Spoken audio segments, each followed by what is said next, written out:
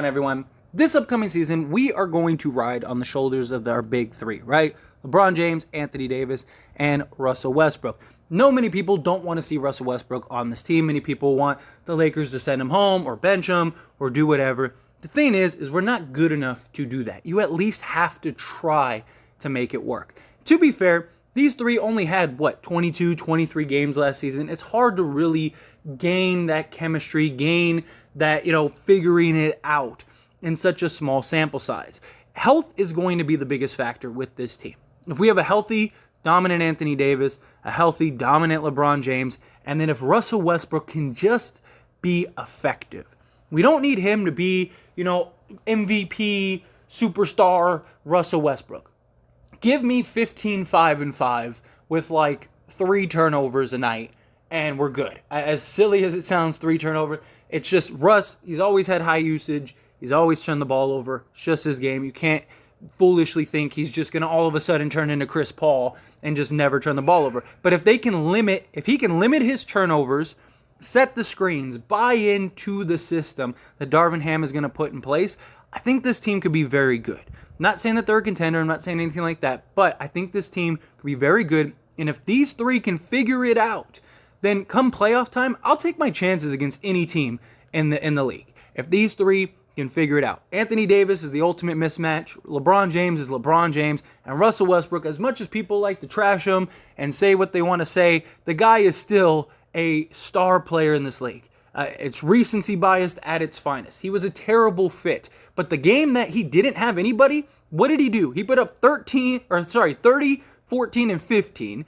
And then the year prior, he was a 22-point triple-double for the Washington Wizards. He still has that guy. He still was the only guy to play every single game. The only games he missed were the games that the Lakers sat him. So he still has value. He's still a guy that could be very effective and very key. You got to try to start him. You got to try to make it work. You got to try to figure it out with these three.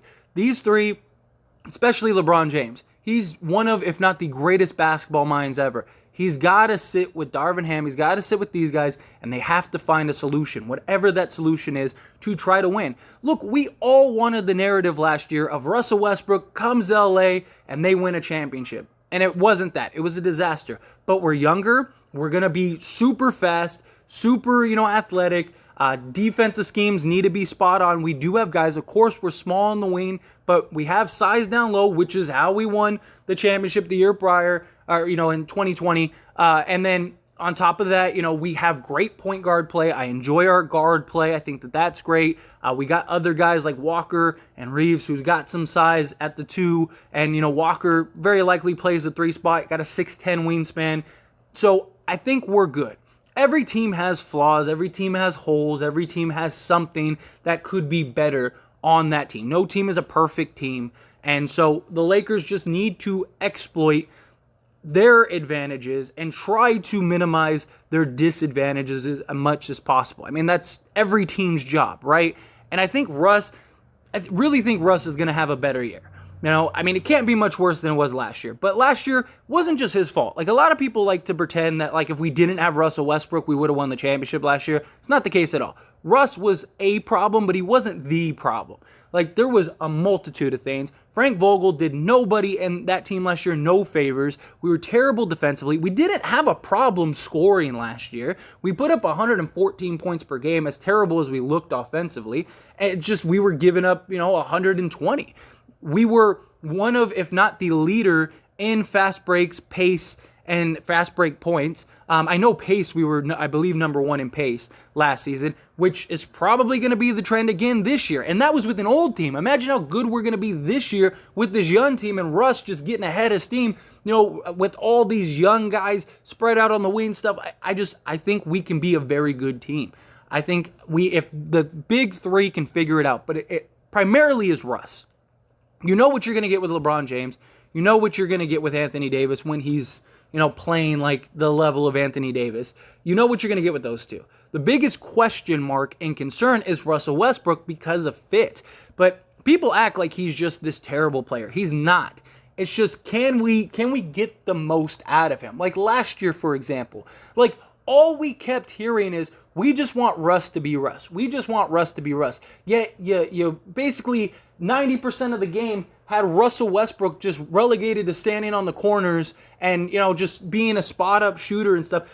And you had a pick and roll with Russ and LeBron and Russ with Davis that worked great. You scored like 8 of 9 possessions, and then you just didn't do it for like 3 or 4 months.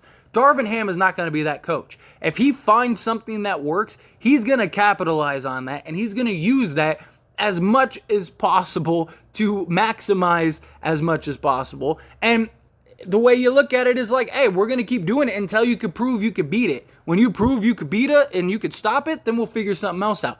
But I do believe Darvin Ham is going to put Russ in better positions. I think Russ is going to be able to operate in and of himself. The whole point of getting Russell Westbrook was to alleviate LeBron. When LeBron isn't in the game or he misses a game, Russ gets to be Russ. How do you do that when Russ and LeBron are playing the entire game together and you had guys on the court like THT and Rondo and you had a bunch of guys, you never put like your shooters around him. You never put like the guy, not saying we had a bunch of shooters, but we had some that could, like, it was always like 3 guard lineups with LeBron and 3 guard sets with LeBron. Like it never made sense. Where I hope Darvin Ham operates Russ in that 6th man role, but has him start. You have him start because you need him, LeBron, and Davis to get reps. You need those 3 to kind of figure it out and kind of work it out and figure out like how can we do this? How can we do that? Okay, you need to let them get some run. You can't just never play Russ and LeBron, but it's how many minutes do they play together is huge. You have Russ come and operate. So he plays 5 minutes or whatever, and then you have him sit or you have LeBron sit, and then it's the Russ show.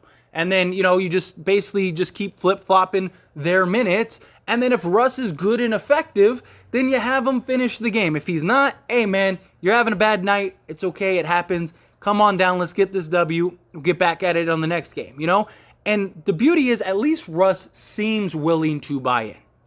Russ is here. He's showing face, showing up to all the pressers. Him and Darvin Ham are attached at the hip. He's trying, which is good. That's what you want. Darvin Ham seems to have Russ bought in and seems to have Russ believing that, like, hey, I'm in your corner here, man. Like, we're going to do this. We're going to figure this out. And I hope that Russ actually come game time buys it. He wants him to play defense. He wants him to set screens. He wants him to do those things. And he talked about Russ and all of that stuff while Russ was standing 5 feet away. So it's not like he was just, just saying stuff to say stuff. Russ is not the guy that's just going to sit there and just say, and let people say whatever they want. Darvin Ham was talking about Russ, talking about what he told Russ, what Russ told him, all of that stuff while he was standing there. Now, will Russ buy in? I don't know. But that's where our guard play comes in. Because now Russ has that pressure on him to be that guy, to set those screens, to do all of the things that they need of him. And that is huge because you having those guards, if Russ doesn't want to set the screens, doesn't want to play defense, is a liability tonight. Okay, tell you what, you don't want to do that? Come sit on the bench. Schroeder, you're in. Or Kendrick, you're in. Or, Bev, you're in. Let's go. That's a good thing. You needed somebody, you needed the guy behind him ready to go that could do and present the same effectiveness that Russ can on this team. And we got that in Schroeder. Schroeder will set the screen. Schroeder will do the dirty work. Schroeder will play the defense. So now you got that guy that, if Russ isn't doing what they need of him, well, guess what? Come on, sit down, and watch from the bench rather than on the court. And you need that level of accountability. And Darvin Ham has talked heavily about accountability. He's going to hold LeBron. He's going to hold Davis. He's going to hold Westbrook, everybody. Westbrook's biggest problem, according to him, was that he was the only one being held accountable. And he wasn't the only one that was missing assignments, which I do believe from Frank Vogel. Their relationship wasn't very good. Frank Vogel did not like Russ, did not want Russ there. None of that stuff.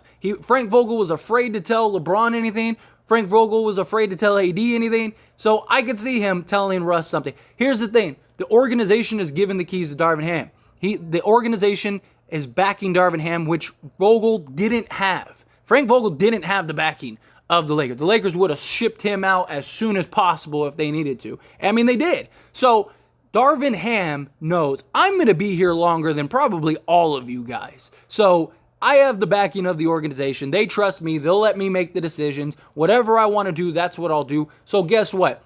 All of you are being held accountable. And that's what we need. We need accountability.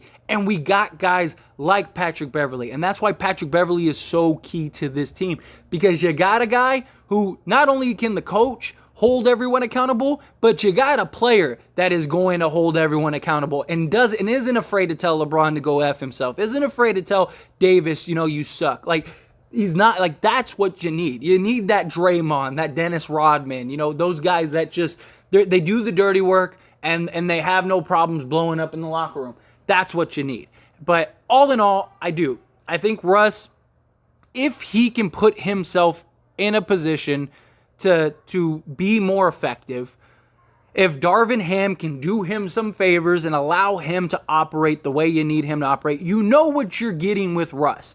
You know the type of player Russ is. You know what his strengths, you know what his weaknesses are. It's not like Russ is an unknown. So because you know exactly what you're getting and the type of player Russ is, you can utilize that in your sets, in your play schemes.